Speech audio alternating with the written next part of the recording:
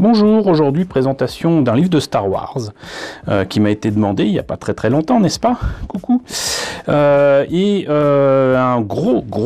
très gros bouquin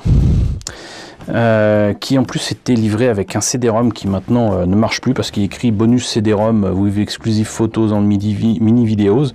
En attendant, en fait, c'est juste un CD qui permet d'accéder à un site lequel n'a plus les informations et n'est plus en ligne. En tout cas, c'est ce que j'avais vu quand on me l'a donné.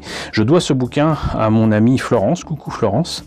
Merci à toi encore de m'avoir confié ce beau livre qui est rempli d'images, qui est rempli d'informations, et ça concerne la création des mondes de Star Wars sur 365 jours. Et en fait, ça présente vraiment la création de Star Wars depuis les années 70 jusqu'aux années 2000, puisque ça se termine avec la revanche des Sith en 2005 et ça commence bien avant 1977, sortie du premier Guerre des Étoiles. C'est un bouquin qui a été sorti chez, j'arrive pas à lire, Abrams. Et il y a le prix, donc aux États-Unis il était vendu au tarif vraiment très sympathique vu la taille du truc, de 30$, quoi, 29,95$. C'est quand même assez sympa. Donc sans plus tarder, ce que je vous propose, c'est qu'on voit à l'intérieur ce que ça donne. Alors je vais pas vous faire toutes les pages, faut pas rêver, mais il y a quand même quantité de choses à voir. Déjà, ça commence bien. Là, on a les graphiques qui étaient présents dans la Guerre des Étoiles avec l'attaque de l'étoile noire. Ici, une image devenue, comment dirais-je, très connue de George Lucas autour de modèles de tournage de la Guerre des Étoiles lors de la première trilogie. On notera que le faucon est à l'envers. C'est celui de l'Empire contre-attaque. On ne voit pas l'étoile noire qui est souvent représentée dans cette image-là. Elle a certainement été rajoutée ensuite. Mais vous voyez que vous avez différentes échelles. Vous avez même des trucs à l'échelle réelle. Donc ce monstre-là qu'on voit dans le Retour du Jedi. Et là, le Yoda qui était mis dans un caisson sous vide. Mais donc là, vous avez une préface de Dennis Muren qui est quand même responsable de la majorité des effets spéciaux chez Lucasfilm. Là, une introduction de John Knoll, qui est donc le superviseur des effets visuels de ILM. Et donc la présentation de beaucoup de photos d'archives de ce qui se faisait chez ILM avec donc ce premier film de la Guerre des Étoiles.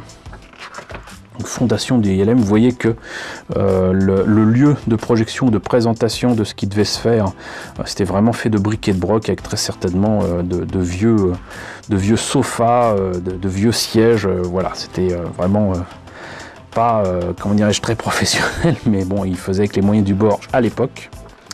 Là, quand même des plans pour les lieux de tournage, pour là, par exemple, le cockpit du Faucon Millennium. Là, donc, les scènes et certainement ce qui était prévu de faire autour de l'attaque du Blockade Runner, donc le vaisseau rebelle qu'on voit au début du film. Quelques images, ça me rappelle le numéro 2 de l'écran fantastique que j'avais eu à l'époque. Enfin, encore une fois, je ne vais pas tout vous montrer. Là, vous avez un truc qu'on voit à peine dans le film avec ce qui reste de la cabine de sauvetage de laquelle sort R2D2 et 6PO. Là, vous voyez que en fait, le véhicule des Jawa n'avait pas été fait en entier, mais une partie seulement, bien évidemment. Là, vous avez une maquette qui a été utilisée pour représenter le véhicule des Jawa dans le désert de Tatooine, etc. Enfin bref, des photos absolument géniales pour qui veut avoir les détails qu'il faut sur tel ou tel diorama que vous voulez faire. Là par exemple, là c'était le coin de bricolage de Luke avec son véhicule qu'on voit derrière. Ici, ce truc très simple mais pourtant très efficace du Land Speeder qui est sur roue, mais ils ont mis des miroirs sur le côté pour refléter le sol. Du coup, on a l'impression, la vague impression, qu'il flotte au-dessus du sol. Ici, donc, le lieu d'habitation de ce cher Obi-Wan Kenobi sur Tatooine. Là, Mos Eisley. Et là du coup vous avez des tas de détails sur le lieu de tournage. Enfin bon, c'est juste, il faudrait que je vous montre ça un peu mieux quand même, mais voilà, la cantina. Là on voit que les extras, comme on dit en anglais, les figurants en français étaient clairement du coin. Donc comme ça se passait en Tunisie, bah, c'était forcément des Tunisiens. Là par contre c'est le tournage en Grande-Bretagne dans les studios de Elstree, donc pour le Faucon, une partie du Faucon, et d'abord le hangar sur Tatooine, et ensuite ils vont le transformer pour faire l'étoile noire avec un matte painting ici. Mais vous voyez, donc ils en avaient fait qu'une partie, pas de détaillage ici, aucun intérêt, et pas de radar dans le côté non plus. Par contre, ça c'est l'intérieur du Faucon, et c'est comme ça sur tout le bouquin, absolument tout le bouquin, pour avoir des détails de fou sur les films en question. C'est marrant, là il fallait que le sol soit impeccable, pas de traces de pas, pas de poussière, rien. Et ça c'était la base rebelle, et donc en fait la base rebelle, bah, c'était dans une espèce de hangar qui servait très certainement pour des dirigeables, je crois. Voilà, donc les Y-Wing, les X-Wing avaient été fabriqués en vrai à échelle réelle. Donc quand vous voyez cette image là, dites-vous que ils ont fait quand même la majorité des vaisseaux en taille réelle, et qu'après ça a été détruit. Et donc c'est complètement fou. Là, l'intérieur du cockpit, des TIE Fighters. Là c'est sur l'étoile noire, là c'est les canons, et ça c'est le sol de l'étoile, donc qui était fait ici. C'est un truc tout con, c'est que quand ils arrivent, en fait ce sont des photos, et ils ont filmé dessus, et c'est des photos en fait, ni plus ni moins, des pièces qu'ils avaient fait par contre en thermoformage de la tranchée et de la surface de l'étoile noire. Voilà, comme quoi des fois les effets les plus subtils sont les meilleurs. Au départ l'étoile noire devait ressembler à ça, pour ça que ce qu'on voit dans cette scène là, bah, vous avez le canon au milieu au niveau de l'équateur, et finalement le canon a été placé plus haut. La remise de médaille, ensuite on arrive à l'Empire contre-attaque. Là le Faucon est fait en entier. Vous avez la fameuse scène avec le Star Destroyer où le Faucon se retrouve placé derrière, donc vous voyez qu'ils l'ont fait quand même, la passerelle du Star Destroyer d'une taille quand même extrêmement grande pour rajouter des détails et rendre, comment dirais-je, cet effet crédible. Là vous avez donc la scène avec le Tauntaun que je trouve pas super réussi, mais ça le fait quand même ici. Là vous avez le Tauntaun en taille réelle. Là vous avez l'antre du Banta, c'est pas le Banta, du Wampa, pardon, du Wampa.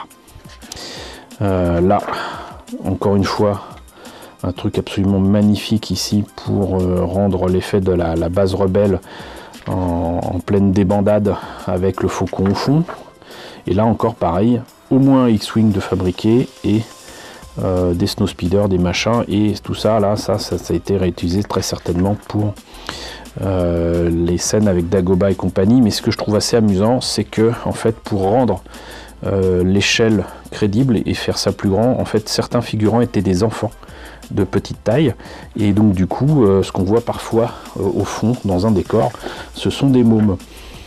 Voilà, donc là les différents morceaux qui sont la base rebelle et qui sont supposés représenter de la glace, c'est quand même assez bien foutu. Et là les effets spéciaux avec les AT-AT, où l'on voit quand même la taille de ces trucs. Et certaines scènes sont tournées vraiment dans la neige, et la légende veut qu'à un moment il y avait justement une tempête de neige, et pour gagner du temps et éviter de rester coincé à l'hôtel, ils avaient filmé Luke, donc Mark Hamill, qui sortait éventuellement d'une congère qui représentait l'antre du Wampa, et avec une équipe réduite ils ont pu tourner ça et ne pas perdre plusieurs journées de tournage. Donc là pareil, Là, c'est là qu'on voit que c'est de la vraie neige et tout ça, que c'est pas dans des studios. Et ça rend le film vraiment très agréable à regarder, même 40 ans plus tard. Hein. Donc, le Star Destroyer, comment dirais-je, le caisson de survie de Dark Vador. Encore une fois, la cabine, le cockpit du Faucon, l'intérieur du Faucon. Différents décors qui ont été faits pour l'attaque dans les astéroïdes. La bestiole, vous voyez qu'il y a quand même une grosse mâchoire.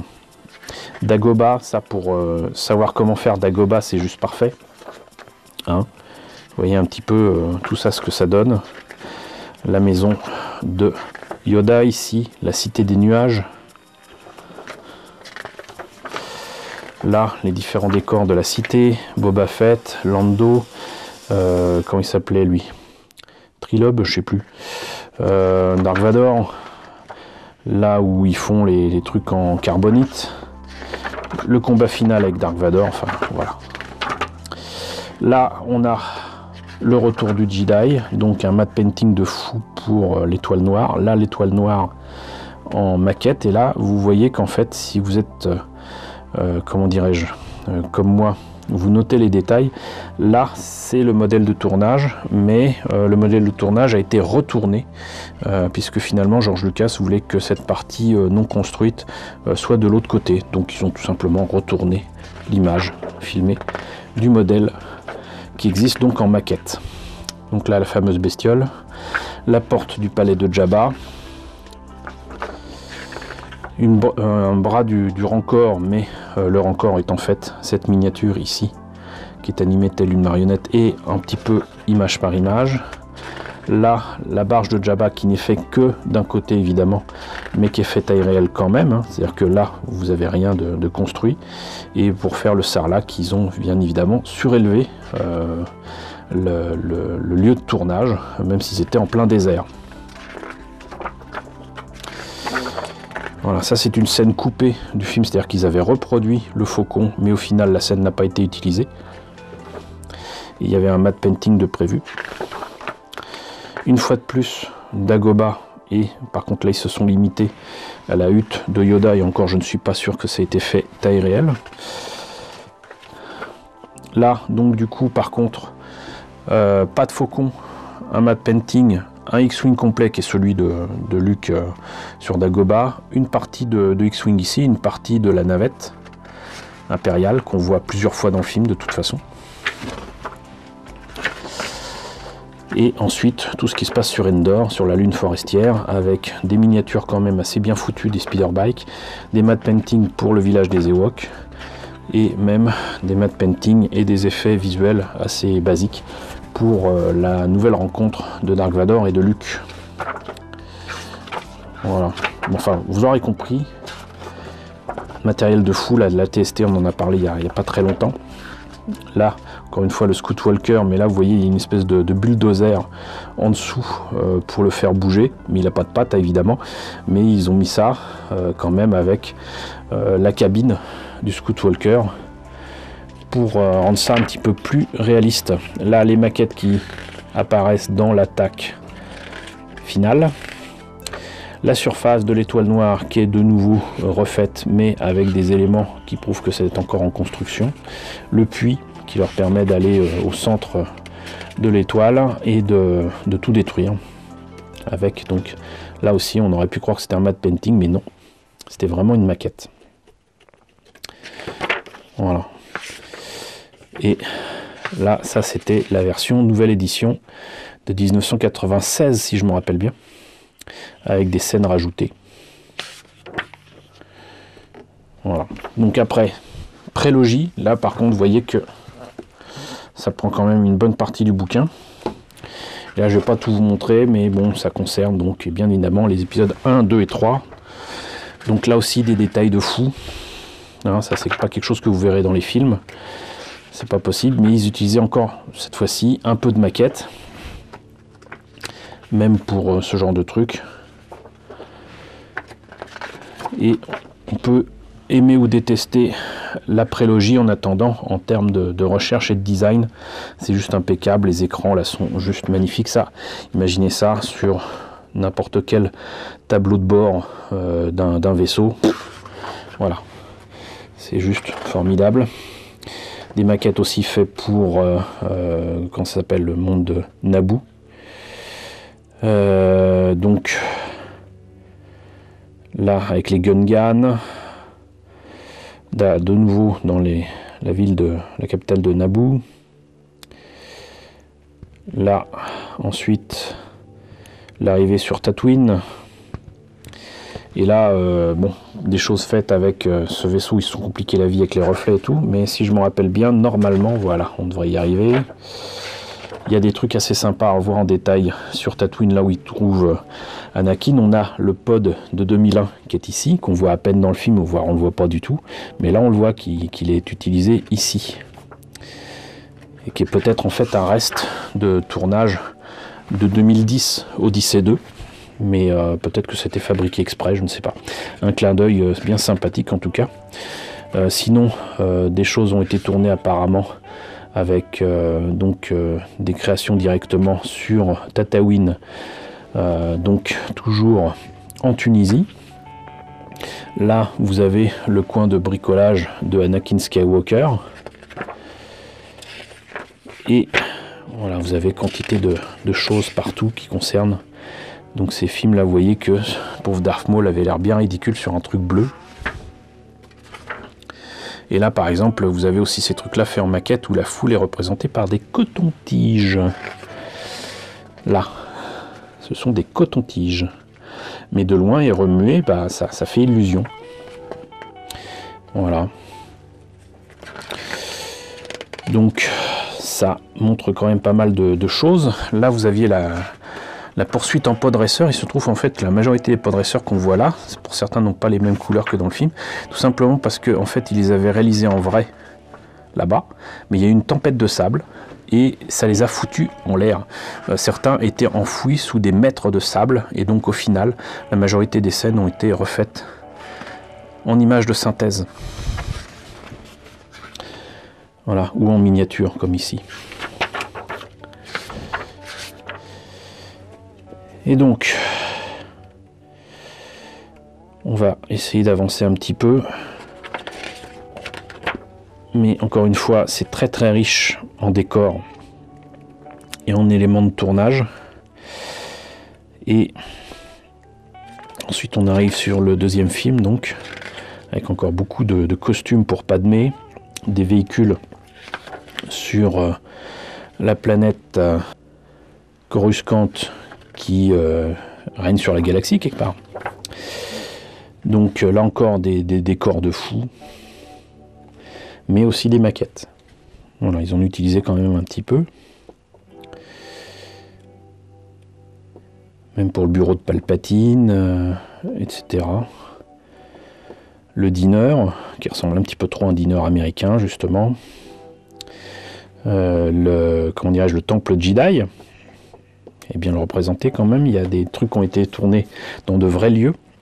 Là, par exemple, c'était la Plaza de España. C'est un lieu qui existe vraiment et ils ont tourné sur place, mais apparemment c'était un peu compliqué parce que des rumeurs se sont répandues comme quoi ils tournaient La Guerre des Étoiles là-bas et du coup il y avait Nathalie Portman, elle avait déjà beaucoup de succès et les gens cherchaient à voir le lieu de tournage. Voilà, donc Camino, c'était pas évident à tourner d'ailleurs parce qu'il y a beaucoup de scènes qui se passent sous la pluie. Et donc d'autres trucs qui ont été tournés en Italie, etc. Et donc encore une fois un petit peu de Tatooine avec Mos Espa, ce qui retrouve Watto. Et vous avez aussi le Jedi Starfighter qui a été fait en vrai, ici, ou en partie là pour remuer certainement l'acteur. Mais vous voyez quand même les détails ici de fou qui permettent certainement d'améliorer l'ordinaire avec nos maquettes, hein, parce que ça on l'a eu en différentes maquettes chez Fine Modes, chez Revell. Et donc voilà, ça c'est donc la ferme des Lars Et encore une fois, beaucoup de détails.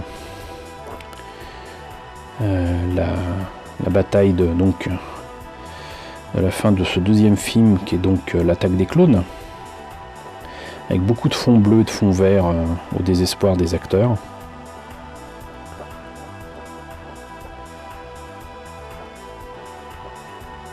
Et ce qui m'a tué, voilà, ça c'est que je pensais sincèrement que ça n'existait pas en vrai, mais ils ont fait en vrai le vaisseau du général Dooku, colonel, général, le comte Dooku, pardon, c'est général Grievous et le comte Dooku, ils l'ont fait en vrai. Moi je pensais qu'il existait que dans un ordinateur, mais apparemment ils l'ont fait en vrai, pour ce que ça sert dans le film. Ils peuvent pas toujours tout savoir, mais voilà. Et donc là, a priori, donc on en est au troisième film, donc la revanche des Sith, avec les Jedi Starfighter qui ont été faits en vrai, en tout cas en partie, et d'autres scènes qui ont été faites en miniature, parce que ça rend toujours mieux. Et sinon, après, complété avec des trucs sur ordinateur, avec beaucoup de scènes coupées, puisqu'ils se sont compliqués la vie à faire donc la mort de Shakti, mais également donc nos amis Jedi qui passent dans un lieu dans l'eau, dans un vaisseau, ça semblait bizarre. Et au final, ils ont gardé que les trucs qui se passent dans l'ascenseur. Voilà, l'ascenseur qui donc a été fait en vrai aussi. Alors, on voit beaucoup de choses sur fond vert, beaucoup de trucs qui sont faits sur ordinateur. Mais c'était aussi une vitrine pour Lucasfilm et ILM, hein, faut bien le comprendre. Et donc après de la politique, du blabla. Encore une fois, le Jedi Starfighter nouveau de ce cher Obi-Wan qui du coup se retrouve avec un Jedi Starfighter et un nouveau astromech qui est pas de la couleur habituelle. Donc là, c'est des documents qui sont quand même assez intéressants pour moi avec les kits d'AMT ERTL que je vous ai déjà présentés. Et là, donc la planète des... Il me semblait que c'était Wookiee, non, c'était autre chose. Encore, avec ces personnages-là. Et donc, la revanche des Sith. Là encore, beaucoup de mondes différents, beaucoup de décors différents. Et ça finit sur le Blockade Runner, qu'on voit dans la Guerre des Étoiles.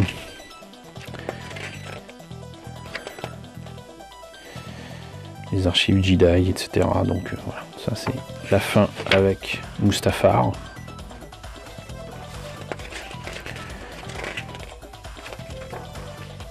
Et tout cela est bel et bon.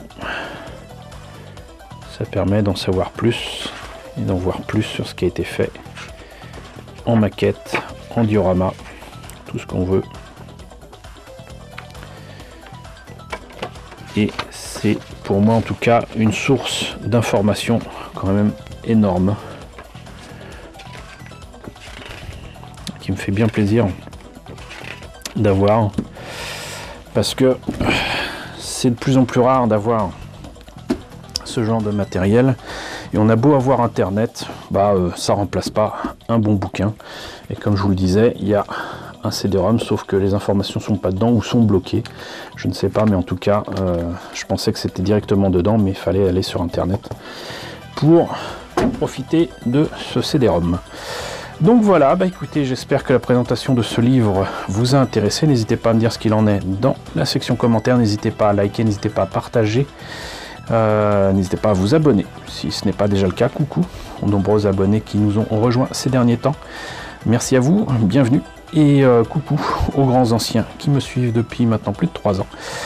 Merci à tous de votre soutien, merci à tous de votre fidélité. Je vous retrouve donc la semaine prochaine pour la présentation d'un nouveau bouquin.